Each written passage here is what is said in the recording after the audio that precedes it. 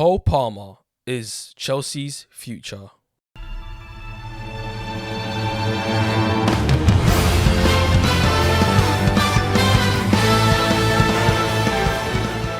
Welcome to the channel, guys. Now, to get into it, right, Cole Palmer is an incredible player. He's been fantastic this season, and I think he's going to be fantastic for seasons to come, right? And I think he's going to be Chelsea's future because he's talented. It's that simple. He's talented, and we need him, right? Now, look, Cole Palmer has had 4 goals and 2 assists in 9 matches in the Premier League, and may I remind you that a few of those matches were like off the bench with 20-30 minutes to go, right? So realistically, 6 GA in probably, I think, 5-6 starts is incredible. Now, I will mention that all 4 of those goals, I believe, are all from penalties, but that doesn't shun the fact that he's been an incredible player, and obviously he had 2 assists.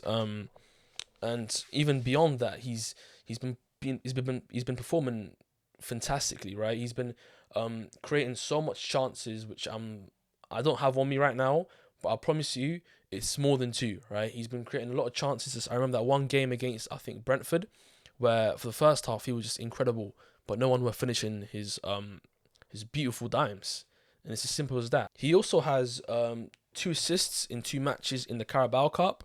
Now the Carabao Cup, I know it's not that big of a competitive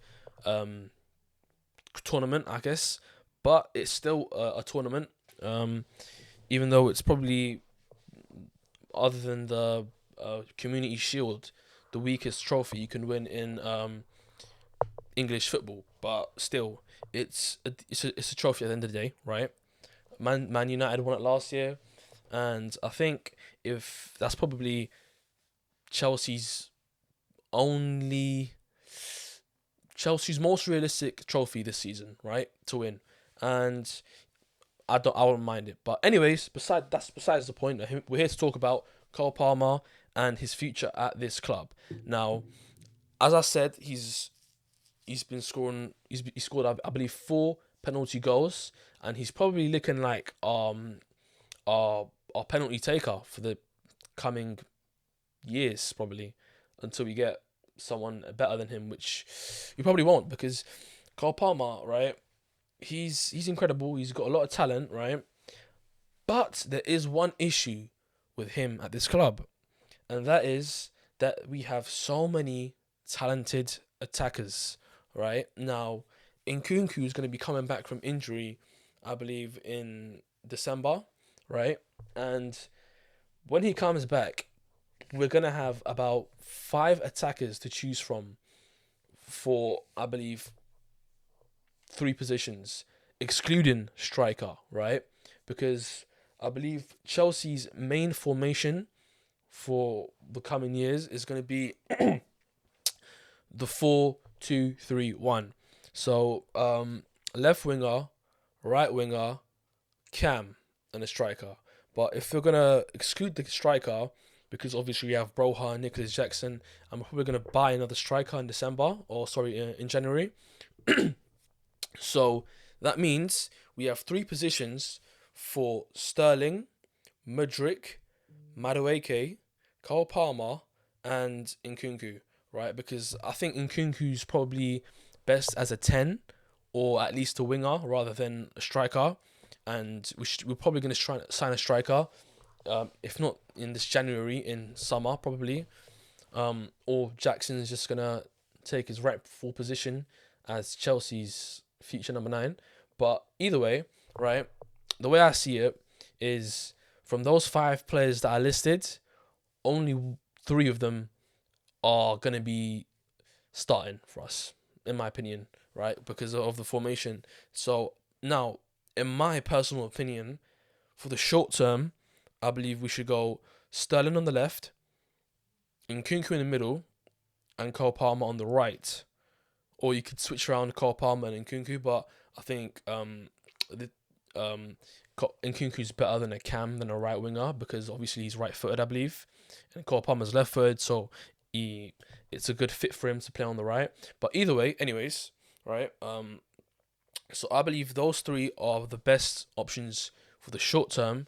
So we have Mudryk coming off the bench and Madueke probably coming off the bench. And obviously, I feel bad for him, but unfortunately, he might have to go out on loan in January, or at least stay as bench depth for the current time being.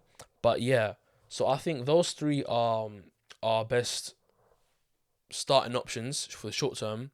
But for the future, I believe we need to have our hopes high on Mudryk still, and replace Sterling with Mudryk for the future years, because I don't know if Sterling's ready to be playing elite level football for the next 3 years, for example, that we're gonna be competing for the title, I assume. But yeah, that's how I see it, and I see Cole Palmer being that right winger for us, because I love Nkunku. He's a very good player. He was on like the top 30 Ballon d'Or rankings 2 years ago, and obviously a player of his caliber needs to be playing, because he's talented enough to play for us, right? Do you know what I mean?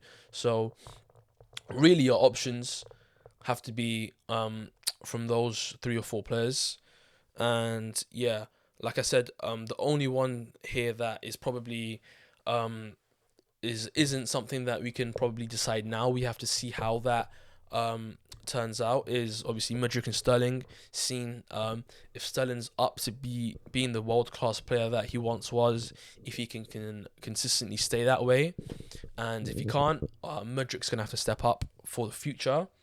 But yeah, it's a good problem to have when you have too many attackers that are talented. Obviously, yeah, Chelsea, we need to figure this out, and when we do, we're gonna probably be challenging for the title, probably next year. But it's fine. This year, it's looking like we might get Champions League football after the immense performance we had against Man City, Tottenham, and Arsenal. And yeah, after this international break, it's looking good. Cole Palmer, he's Chelsea's future, and I think he's gonna be at right wing. But yeah, let me know what you guys think in the comments. Do you think Cole Palmer is gonna live up to all the hype? Because I do. See you in the next video.